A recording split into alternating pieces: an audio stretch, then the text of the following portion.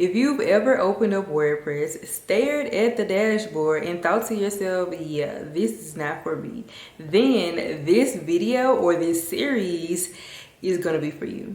And it's not just for the newbies. If you've tried WordPress before and maybe you've gotten overwhelmed, maybe even broke something and just never went back, yeah, we're gonna fix that. Welcome to my 30-day WordPress series where I walk you through how to navigate and actually use WordPress the proper way. I'm going to be making these videos throughout this series to help you better understand step by step what it's like to actually own a WordPress website. I'm trying to make sure that throughout this series that I'm also taking away all of the confusion, any of the tech overwhelm, because with WordPress things can seem a little tech heavy. And I want to be able to help you not hit burnout and be like, yeah, let me just leave WordPress and go somewhere else. I want to help you stick with WordPress and understand WordPress for your website. And if you're new here, hey, hello, I'm Michelle. I'm going to be your new WordPress bestie in terms of building out WordPress websites, understanding and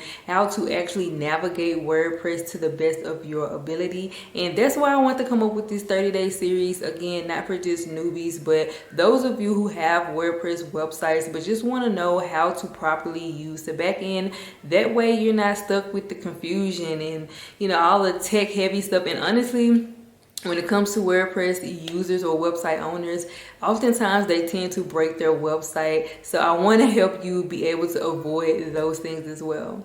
Throughout this 30-day series, I'm going to start off with the basics, like how to install WordPress, what's the difference between WordPress and WordPress.org, and overall just doing the basic setup. And then later on, we're going to hop into some things that I personally do inside of all of my client sites, which is setting up that dashboard to where it's not overly complicated or overwhelming when a person actually logs in.